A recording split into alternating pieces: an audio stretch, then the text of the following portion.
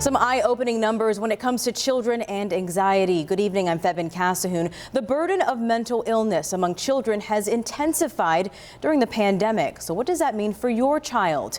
Before the pandemic, the most recent national survey found that 8% of children had some kind of anxiety disorder. But the newest information from the CDC found 37% of young people have experienced mental health problems since March of 2020.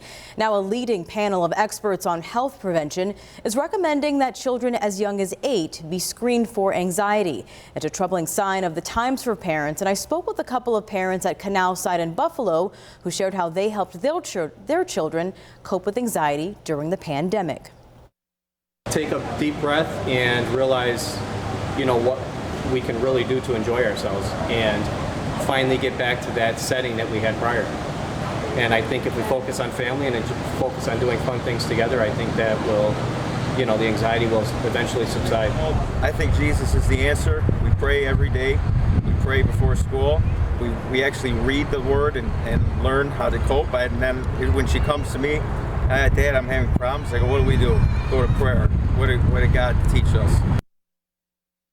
I also spoke with an expert about what age parents should be screening their child for anxiety. Mental health counselor Lynn Rifkenstein suggested school-age kids. Now, she says counselors see anxiety in preschoolers, but in terms of screening, she says at 8 years old, because there are a lot of negative ramifications in teens 15 to 19, like suicide and alcohol or drug abuse.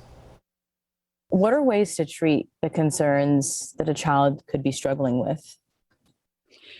The one thing is, as I said, in terms of wanting to put things in their control, we want to be able to say, listen, you can always go up to a teacher and talk to a teacher about feeling anxious, or ask to go to a nurse if you're feeling anxious, and talk to them about, because you'll see things like stomach aches, headaches, and kids will complain because they're holding all of their tension in so much.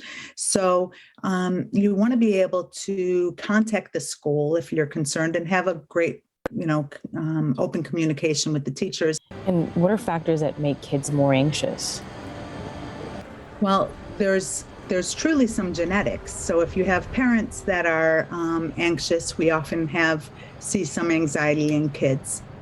As well as environmental is during this post-COVID time, parents were often in the household, either watching TV a whole lot, the news, and getting a whole lot of information, and either getting very nervous themselves or getting very angry.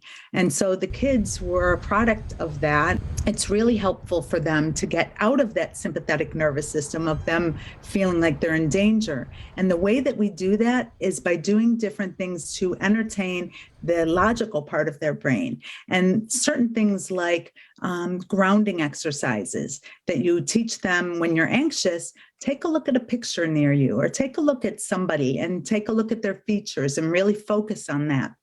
Because if we're concentrating, we're not anxious as much. According to kidshealth.org, therapists help kids believe in themselves and find their strengths. Therapy builds helpful thinking patterns and healthy behavioral habits. A therapist can also either meet with the child and parent together or meet with the child alone.